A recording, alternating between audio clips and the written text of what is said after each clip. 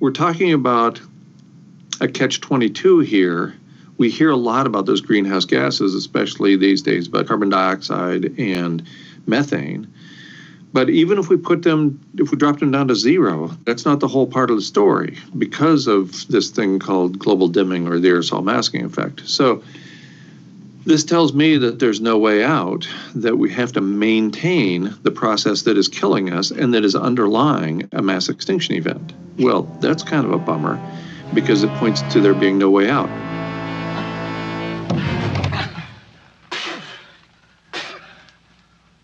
What a filthy job. Could be worse. How? Could be raining. Well, the chance of this being intercepted is small, precisely because space is so empty.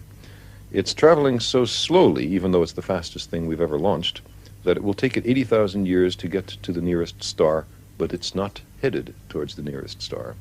So it will very likely survive. Like, it's not, like, somebody might say, okay, we're going to get to the Paris Agreement. And you look at it and be like, what are you talking about? That's not it. Like, that's not going to do it. People, like, when people can't reconcile.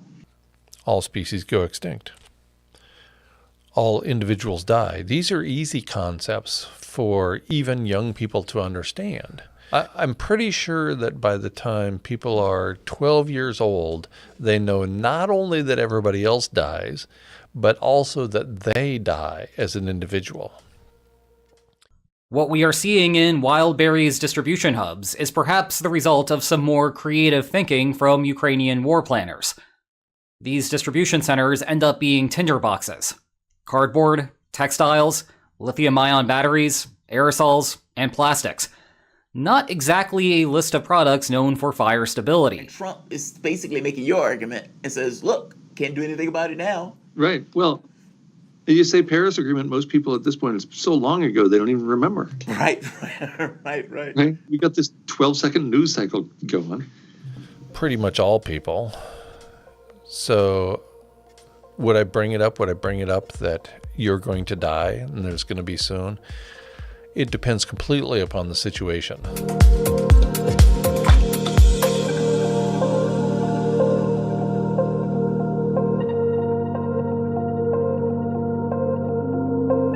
On the other hand, if the teacher asked me... Wildberries has a massive footprint, with around 200 facilities across Russia. About 10 of them are roughly the same size as the targets of the initial attacks, meaning that Ukraine could erase 20 to 25% of the company's operations, with only a handful more strikes. And so it's not off limits as long as it's introduced in a relevant manner. Consider the more general absurdity of the situation. Just imagine a world where every Amazon distribution center in the United States had its own anti-drone and anti-missile batteries.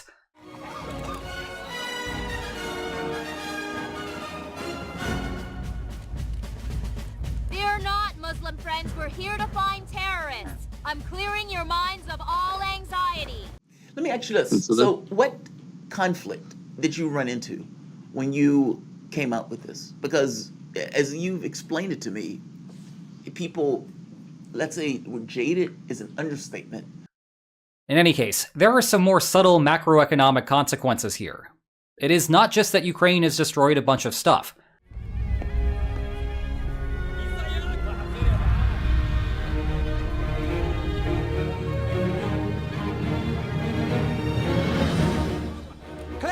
It is that the e-commerce distribution model has deflationary effects more broadly. If that model is no longer feasible in Russia as long as the war continues, it has the same general effect as erasing more product. Prices go up all the same because it costs more for consumers to physically receive goods. Go get 'em, cowboy. Things like FPV drones and fiber optic cables, as well as non-dual use goods like outright body armor.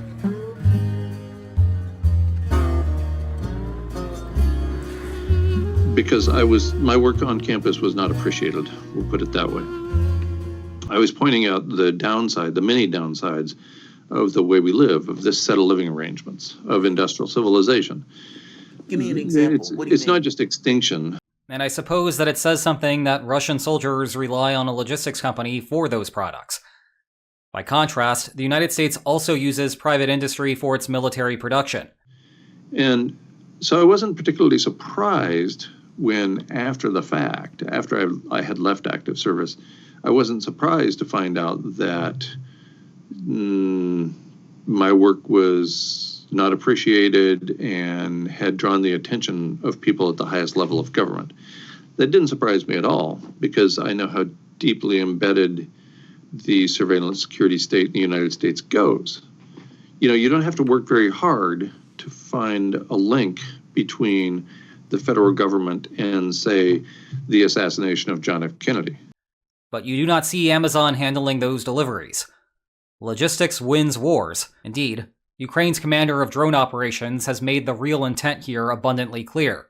Quote, "This is about destroying, within seconds, the illusion of a comfortable peacetime existence for the obedient population of the aggressor state." Durka Allah, Muhammad Jihad. Durka, Muhammad Jihad.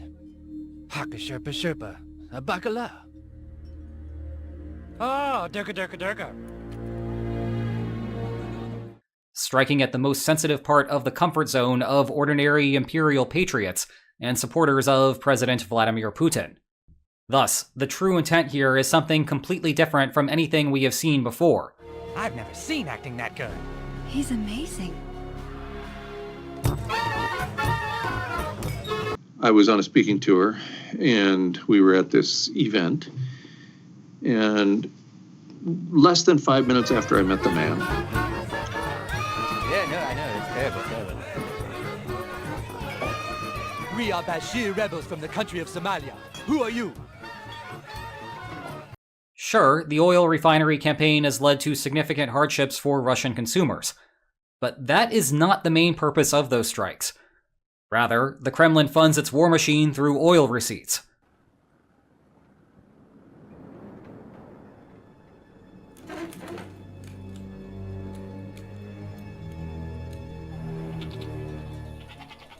I sense that I'm becoming attracted to Gary. Consequently, destroy the oil wealth, destroy the Russian army. My advice is not to get involved with the team members, Sarah. It's too painful to see them die. Instead, the Wildberries strikes are primarily about affecting Russian consumers and businesses. Indeed, small businesses that use Wildberries for fulfillment are fuming right now. I'm sorry, Lisa. I didn't mean to bring up... It's okay, Sarah. I don't think most people in the United States even know that the federal government was found guilty. I treasure your friendship. I treasure yours, Lisa. Some of them have had their entire inventories destroyed, effectively bankrupting those companies. On July 7th, perhaps inferring its own vulnerabilities given what was happening with refineries, Wildberries changed its vendor agreement to not be responsible for destroyed property. Certainly most people don't want to admit that their daily actions are having absurdly terrible outcomes. Because if they admit that, then they might have to think about changing the way they live. And let's face it, in this country, we have pretty enormous privilege, and giving any of that up voluntarily is not something most people want to do.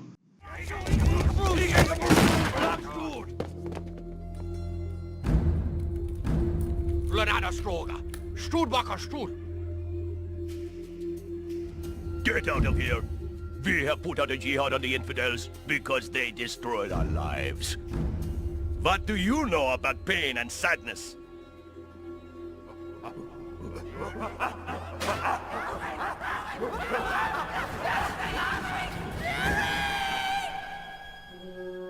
I was just a boy when the infidels came to my village in their Black Hawk helicopters. The infidels fired at the oil fields and they lit up like the eyes of Allah. Burning oil rained down from the sky and cooked everything it touched. I could only hide myself and cry as my goats were consumed by the fiery black liquid death. In the midst of the chaos, I could swear that I heard my goats screaming for help. As quickly as they'd come, the infidels were gone. It was on that day I put a jihad on them.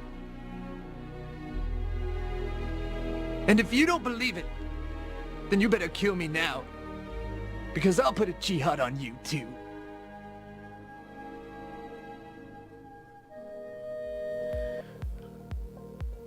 When are we going to get 300,000 deaths a day? Not today. And nobody watching will be involved. At least not today. Probably not this week. So we don't know when these things are coming. But of course we know that we have overshot the potential for even a few million people to be sustained on Earth. We have badly entered human population overshoot, and we've known this for a very long time. You can help us by guarding them. Vlad, come! Get on to us! Hurry, Fred! We must make our escape! Shit! So at what point does the die-off begin at the planetary scale so that it affects privileged people? U.S. consumers are looking at higher gas prices and not getting frustrated with Tehran for shutting down the Strait of Hormuz. Not long from now, that's all I'm willing to say. The short-run effect of directly harming the public is to rally support to the military. The whole process may grow tiresome over time, but at least there is a temporary rally for the government. In contrast, if the public consensus is that the whole operation is ridiculous, then hitting the public primes them to resist their own government's actions. You can see the latter effect with the Iran war. Within the cosmic time frame, things are happening very quickly. This is the most rapid warming of the planet and the most rapid mass extinction event as a result that we know about. But at the planetary level, it seems like things are going slowly, right?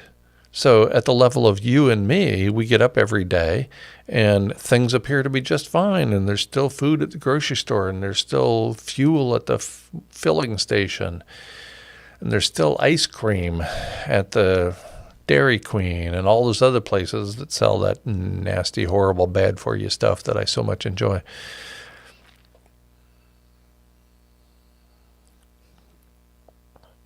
But when, that's a tough trick to pull off.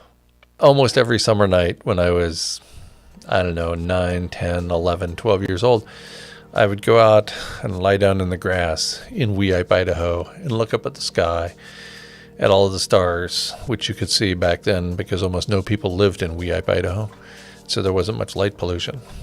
And I would cry, not necessarily because I realized I was going to die, but because I realized how insignificant I was. In the grand scheme of things, in the cosmos, I realized that I was nothing. I was not just a speck on a speck on a speck. I was just nothing in the grand scheme of things. And that was really devastating to me as a child, to realize that I just didn't matter. No representation says I cried when my cat died as a kid. Still cry about it. Turns out feelings don't just vanish. That's right. You will recall that Ukraine's oft-repeated current concern is that Russia will mobilize hundreds of thousands of more soldiers to the front lines, perhaps as early as September. The bet that Kyiv is making is that Russian consumers will already be angry with the Kremlin, and so Putin must then worry that an unpopular mobilization will send them over the edge. And a particularly important event for me was the grief recovery workshop I participated in January of 2014, in which we discussed grief, and specifically grief recovery. And almost nobody talks about that because there's no money in it. And we can go on with people who died way too young and who were promulgating this message about the way we live, being out of sync with the way most of us currently live. That's what I think is the tragic part. Well, the thing is, though, people, we were born into an economic system that basically, for me to get my ends, I have to take it off of somebody else. And the moment that you have people born and dying in that particular system, that stuff gets ensconced in the way we even process the world. We're putting a value on, remaining in various stages of grief, going back and forth between Elizabeth Kubler-Ross's 5 stages of grief. That's what makes money for therapists and counselors. Of course, the downside risk is that the Kremlin will cite these attacks as why such a mobilization is necessary. Finally, whether the campaign will be effective hinges on whether Russian citizens blame Ukraine for the attacks, or the Kremlin for taking actions that led us to this point. Grief recovery is a whole nother kettle of fish. Seems like people who think they're going to heaven don't worry about climate change on Earth. I suspect that's right. That if you believe in an afterlife, if you believe you're going to heaven, then all you have to do is get your own spiritual house in order, and all is going to be well. But if we instead act as if there is one life. Absolutely. So I tend to, that's what I say, I err on your side on this stuff. I do see movements where people are trying to, like, a little here, a little there, but that seems too little too late. It seems that something needs to be a little bit more significant at this point. I couldn't agree more. And that's why I think this is so important to talk about. This is not about me. And the whole defamation campaign, that's not about me. It's about withholding information from the populace. It's about withholding information that might guide people regarding how they live the rest of their lives. That's what I think is so tragic about this whole thing, is that in destroying the messenger, you are destroying the ability for the message to get out. And even if I'm wrong, the recommendations I make regarding how we live our lives still, I think, need to be heard. It's, for the most part, it's the same message John Lennon was promulgating. We each get one life. Then maybe we live with greater urgency. Maybe we act as if the people around us matter because there's nothing coming afterwards. It's a conundrum. How do we live? I tried to minimize my impact for a considerable period of time, and gave up a lot to do so. I sacrificed a great deal to learn how to grow my food and then grow my food.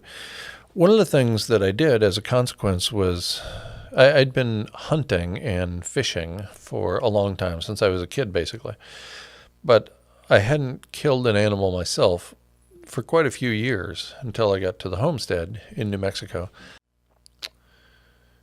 Adverse emotions that come from killing any animal, much less animals that are your friends. And I challenge anybody to come up with anything cuter and smarter than a goat.